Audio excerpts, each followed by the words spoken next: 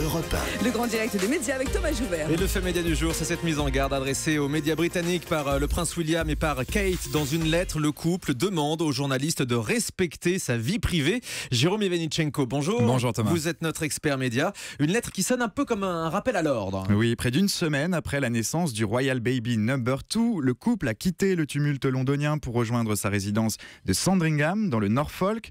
William et Kate ont regagné leur propriété mercredi avec leurs deux enfants, George et Charlotte, et ils comptent bien savourer ces premiers moments en famille le plus paisiblement possible. C'est ce qu'ils ont rappelé dans cette lettre distribuée hier à des photographes qui se trouvaient à proximité de la résidence royale.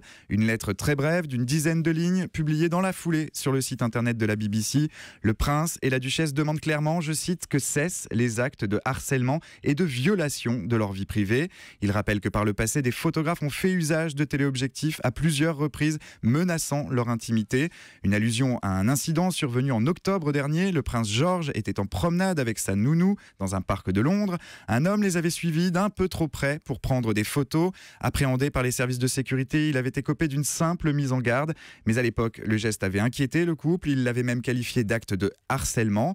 Depuis le retour de la famille dans le Norfolk, des photographes rôdent autour de la résidence royale. Et cette fois, le couple prend donc les devants avec ce courrier. Un courrier qui s'apparente plus à un appel courtois au respect de la vie privée qu'à une véritable menace de poursuite judiciaire. Et puis un appel qui fait surtout écho à un accord tacite passé il y a près de 20 ans entre la reine Elisabeth et les médias anglais. Oui, les rapports entre les membres de la famille royale britannique et les médias ont beaucoup changé. Longtemps, il y avait une forme de résignation, un devoir de représentation qui l'emportait sur tout le reste. La devise de la reine Elisabeth II, c'est tout de même « Never complain, never explain », ne jamais se plaindre, ne jamais se justifier.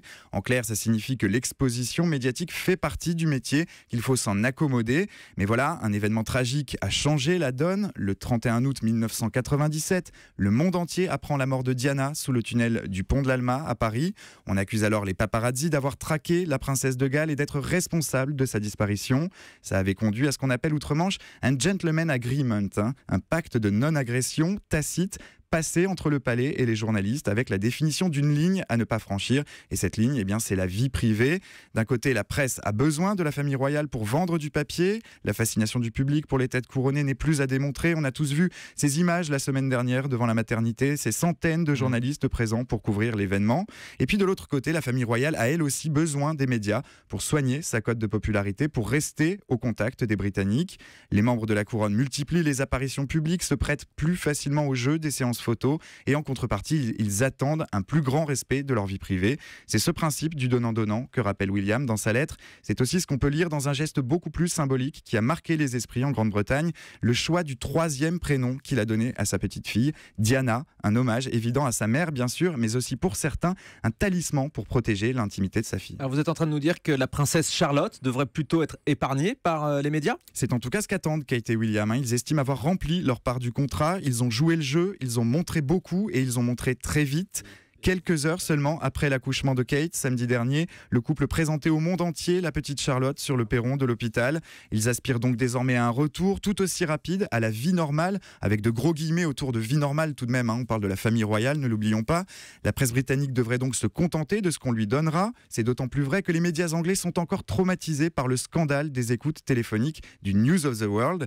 Des écoutes illégales que le tabloïd avait pratiquées contre de nombreuses personnalités et notamment contre Kate Middleton. Un scandale qui avait condamné l'hebdomadaire à mettre la clé sous la porte après 168 ans d'existence.